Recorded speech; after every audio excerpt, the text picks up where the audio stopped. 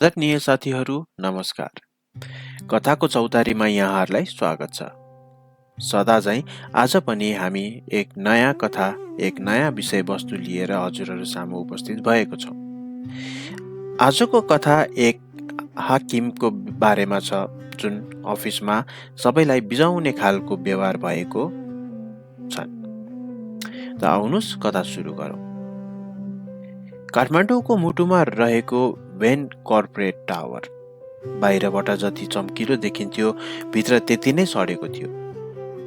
यस साम्राज्यका राजा थिए Marcus when. महँगो सुट, आकर्षक मुस्कान, आफ्नो शब्दले मन्त्रमुग्ध पार्न सक्ने कला भएका मार्कसले नक्कलीलाई सक्कली बनाउनमा पिएचडी नै गरेका थिए। तर उनको यो सुनौलो संसारमा एउटा काँडा थियो, आइरिस ट्रेन। आइरिसको व्यवहार अफिसमा बिझाउने खालको थियो। उनी मिटिङको बीचमै हाई गाड्थिन्, मार्कसको भिजनरी भाषणलाई बकवास भन्थिन् र कहिल्यै लोभमा परिनन्। सबैले उनलाई तमिज नभएकी र जोकी भन्थे, तर कसैले नदेख्ने कुरा आइरिसले देख्थिन्। मार्कसको वासलात ब्यालेन्स सिट मा रहेको ती नक्कली ग्राहकहरू र कागजी नाफा। एक साँझ मार्कसले ठुलो विदेशी लगानीकर्तालाई आफ्नो प्रगतिको पिपिटी देखाउँदै थियो। हाम्रो आगामी प्रोजेक्टले अर्को वर्ष 20% लाभांश दिनेछ, मार्कसले आत्मविश्वासका साथ भने।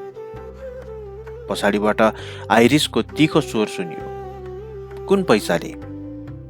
त्यो सिल्भर लाइन ग्रुपबाट आउने भनिएको पैसाले, जसको अफिस एउटा सानो किराना पसलको ठेगानामा दर्ता छ। हलमा सन्नाटा छायो। मार्कसको पसिना छुट्यो, तर लगानीकर्ताहरूले एकअर्कालाई हेरे। ती लगानीकर्ताहरू वास्तवमा सरकारी गुप्तचर विभागका मान्छे थिए, जो मार्कसलाई जेलमा पार्न आएका थिए। आइरिसको त्यो अभद्र अवरोधले गर्दा मार्कसले थप झुटो बोल्न पाएन र त्यो दिन उनी पक्राउ हुनबाट जोगिए। आइरिसले उनलाई बचाइन्, तर उनलाई धन्यवाद दिने मुडमा थिएनन्।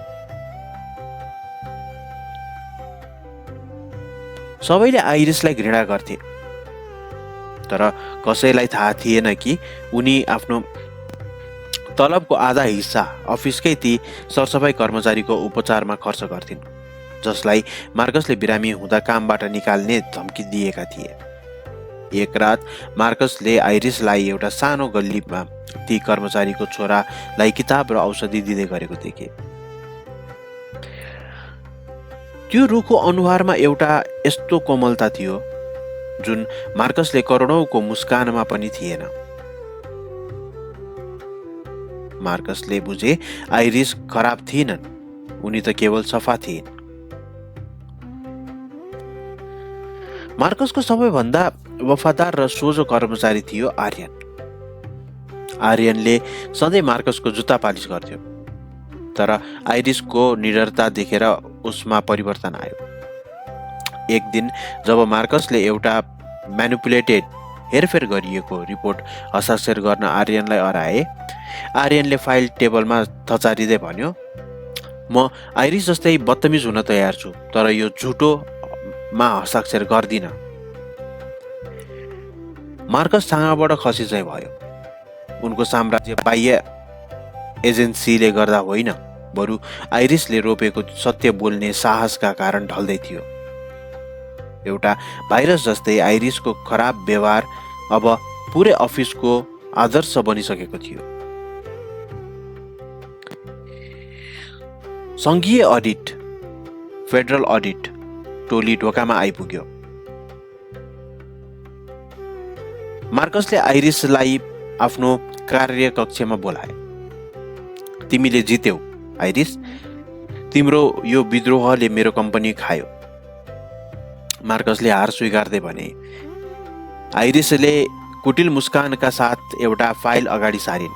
मैले जितेको मात्र होइन मार्कस, मैले बदला लिएको हुँ।